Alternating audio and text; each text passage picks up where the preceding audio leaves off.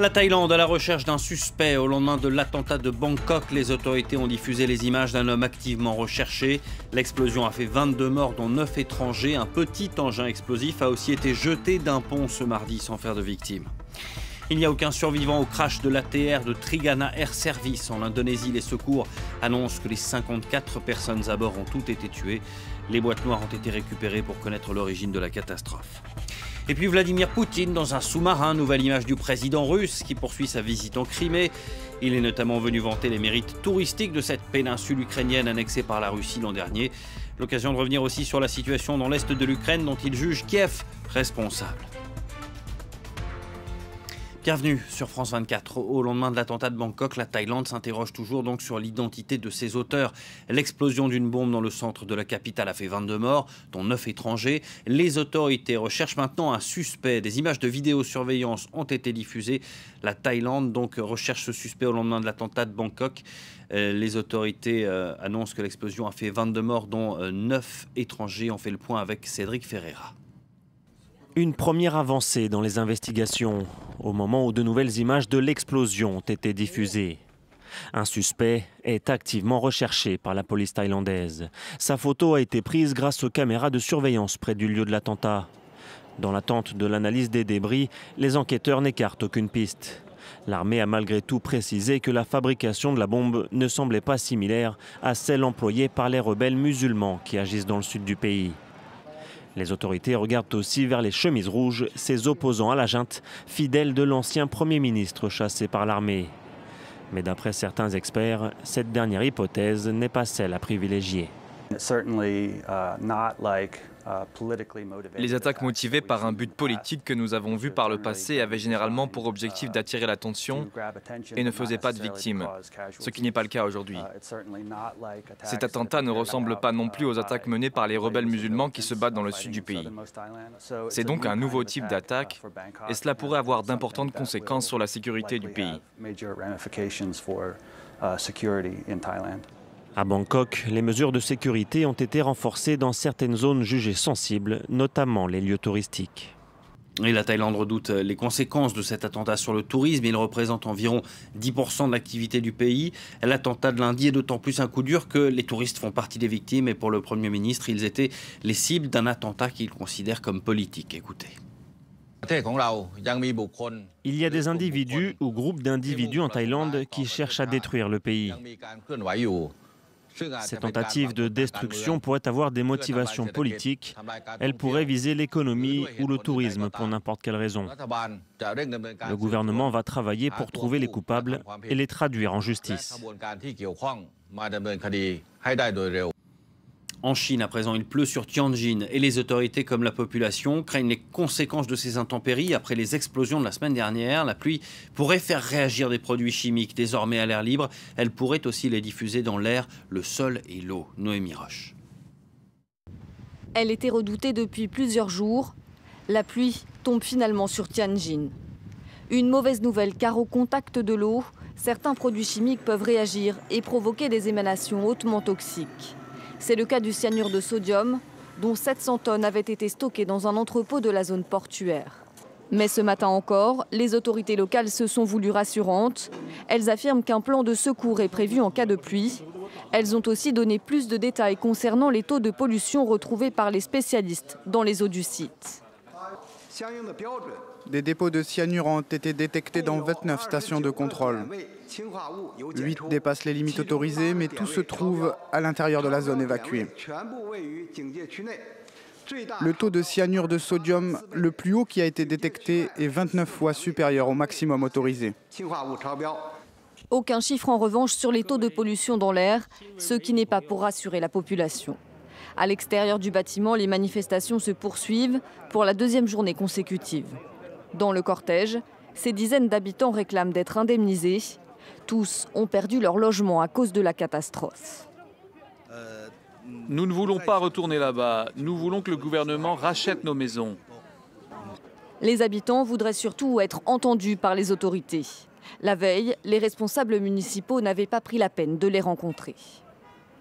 En Indonésie, cette fois c'est sûr, il n'y a aucun survivant au crash de l'ATR de Trigana Air Service. L'appareil s'est écrasé dimanche dans une zone difficilement accessible de Papouasie. Les secours sont arrivés sur place ces dernières heures. Ils n'ont découvert que des débris et des corps. Les boîtes noires de l'avion ont été récupérées. Florence Tomaso. La liste des passagers a été affichée ici, à l'aéroport de Sentani, à Jayapura, où les familles des victimes ont convergé. Ils le savent, personne n'a survécu. Alors ils attendent de récupérer les corps de leurs proches. J'espère que le gouvernement peut évacuer le corps de mon père en toute sécurité vers Jayapura, afin que nous puissions l'enterrer au cimetière décemment. Les 54 corps ont été retrouvés sur les lieux de la catastrophe en pleine jungle par les équipes de secours, certains abîmés, d'autres partiellement brûlés. La zone étant impraticable à pied, l'évacuation des victimes se fera uniquement par hélicoptère. Les corps élitreillés à Oxybil, là où l'appareil était censé atterrir, seront ensuite transférés à Jayapura. L'avion, un ATR de la compagnie Trigana Air Service, effectuait une courte liaison en Papouasie lorsqu'il a disparu des écrans radars. Trigana, une compagnie qui a enregistré de nombreux incidents ces dernières années, au point que l'Union européenne l'avait placé sur sa liste noire. Les causes de l'accident sont pour le moment inconnues, mais le mauvais temps pourrait avoir joué. La découverte des boîtes noires devrait faire la lumière sur cette catastrophe. Les boîtes noires retrouvées seront rapportées à Sentani avant d'être remises au Comité national de la sécurité des transports par le chef de l'agence de recherche et de sauvetage. Il appartient à la commission de sécurité de décider ce qu'ils vont faire avec les boîtes noires. Notre travail à nous était seulement de les retrouver et de les remettre. En s'écrasant, l'avion s'est complètement disloqué. Des secouristes ont pu par ailleurs retrouver une petite partie des quelques 6 milliards de roupies, l'équivalent de 420 000 euros, destinés aux populations pauvres d'Indonésie. Vladimir Poutine connaît bien le pouvoir de l'image et le président russe s'en sert comme ce mardi. Vous allez voir ces images prises en Crimée où il participait tout à l'heure à une expédition sous-marine à grand renfort de caméras. Vladimir Poutine poursuit en fait sa visite en Crimée, la péninsule ukrainienne annexée en 2014 par la Russie. Avec nous par téléphone, Michel Elchaninov, rédacteur en chef adjoint de Philosophie Magazine. Vous êtes aussi l'auteur de Dans la tête de Vladimir Poutine aux éditions Actes Sud. Monsieur Elchaninov, quel est le message de Vladimir Poutine avec cette visite? C'est un pied de nez à Kiev ou c'est un message aux Russes pour affirmer le statut de la Crimée? Alors c'est les deux, c'est-à-dire il s'agit de provoquer l'Ukraine qui dans quelques jours va fêter son indépendance le 24 août. Donc il s'agit de dire aux Ukrainiens la Crimée annexée désormais appartient à la Russie et j'y viens quand je veux, notamment pour parler de questions techniques, c'est-à-dire de tourisme, etc. Donc la Crimée est à nous et c'est pour longtemps. Donc c'est provoquer Kiev d'un côté, alors qu'au même moment les affrontements s'intensifient dans l'est de l'Ukraine avec une participation clandestine des forces russes. Et deuxièmement, vis-à-vis des Russes et des habitants de la Crimée, il s'agit plutôt de rassurer. C'est-à-dire que la visite de Vladimir Poutine a été axée sur la question du tourisme. L'idée, c'est qu'il y a un an, quand on a annexé la Crimée, eh bien, on pouvait considérer que les habitants de la presqu'île étaient gagnants parce qu'ils allaient profiter d'une économie russe qui était plus puissante que l'économie ukrainienne. Mais un an plus tard, le grand changement, c'est qu'il y a eu la crise du rouble, il y a eu une grave crise économique en Russie qui continue et qui s'aggrave. Et du coup, les habitants de la presqu'île de Crimée peuvent aujourd'hui se sentir un peu lésés dans l'histoire. Donc Vladimir Poutine veut rassurer les Criméens en leur disant qu'ils vont en Crimée développer les infrastructures touristiques. Alors, il y a certains de ces habitants qui ne sont pas rassurés. Vous allez entendre Vladimir Poutine, ce sont les Tatars de Crimée. Il a affirmé qu'il ne devait pas chercher à obtenir un statut particulier. Écoutez. Permettez-moi de vous rappeler que l'une des premières étapes après la réunification de la Crimée avec la Russie a été l'octroi d'un statut juridique égal aux 3 langues officielles, 3 langues d'État, le russe, l'ukrainien et le tatar de Crimée. Je considère comme extrêmement dangereux toute spéculation concernant des droits spéciaux qui seraient accordés à un groupe ethnique en particulier. Michel Elchaninov, les Tatars représentent près de 10% de la population de Crimée. Ils s'étaient opposés à son annexion par la Russie. Quelle est aujourd'hui leur place dans cette nouvelle société de Crimée ? Eh bien, elle est difficile. C'est-à-dire que les Tatars de Crimée, en effet, ont refusé pour une grande majorité de participer au référendum et donc d'accepter le retour de la Russie impériale sur un territoire dont ils ont été tout de même déportés sous Staline jusqu'à la fin des années 80. Donc, les Tatars de Crimée s'opposent à l'annexion. Du coup, depuis un an, on a pu assister à des disparitions de militants tatars, à des politiques finalement de discrimination qui créent des troubles. Et donc, c'est avec cette question du statut, de la langue et de la culture tatare qui est l'occupant, disons, originaire de l'île, c'est-à-dire les Tatars vivaient en Crimée avant que l'Empire russe au XVIIIe siècle ne s'y installe, eh bien c'est un peu le talon d'Achille de cette annexion, c'est-à-dire que Vladimir Poutine se retrouve aujourd'hui avec une partie de la population, petite mais active, qui ne se reconnaît pas dans son grand rêve impérial et nationaliste. Et donc il y a un problème qu'il s'agit de régler pacifiquement, le plus pacifiquement possible, en tout cas sans faire de vagues, et Vladimir Poutine va, je pense, dans les mois et les années qui viennent, de plus en plus être confronté finalement aux conséquences d'une annexion qui s'est faite de manière extrêmement rapide et illégale du point de vue du droit international. Une dernière question très rapidement. Quelle est la situation en Crimée aujourd'hui? C'est une région russe comme une autre? Non, c'est pas une région russe comme une autre, parce que c'est une région qui a vécu depuis plusieurs décennies en Ukraine. Donc il y a d'abord une spécificité, un rattachement à l'État ukrainien qui s'est fait. Et surtout, comme je vous le disais tout à l'heure, il y a eu il y a un an une sorte d'enthousiasme de certains habitants de la Crimée à l'idée disons, de se rattacher à la Russie parce qu'ils allaient y gagner économiquement et socialement, parce que l'économie russe alors semblait plus prospère. Aujourd'hui, il y a une forme de désillusion.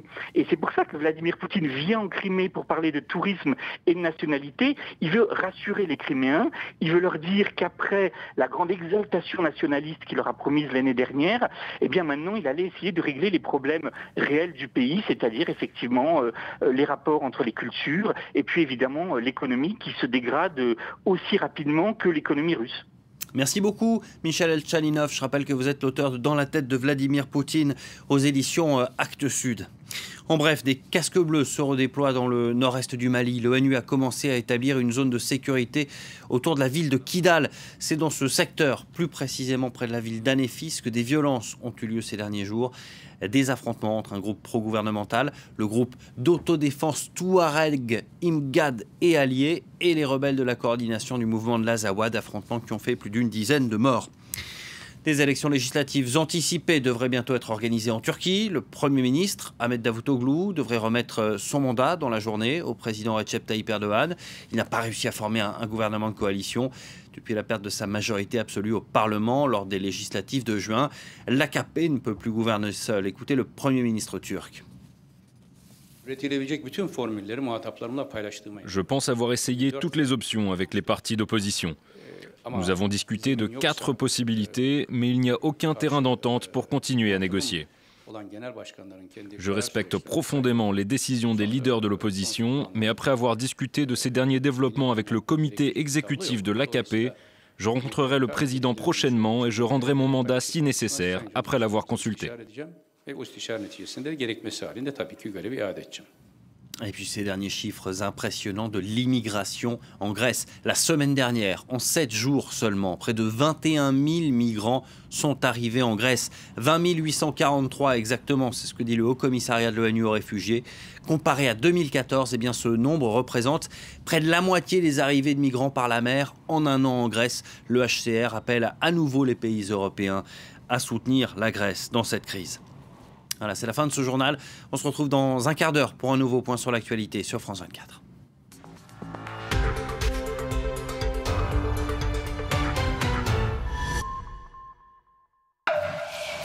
Le journal de l'Afrique. Votre rendez-vous quotidien avec le continent africain. Avec nos reportages, nos correspondants et nos invités en plateau, faites le tour de l'actualité africaine. Le journal de l'Afrique sur France 24 et France24.com.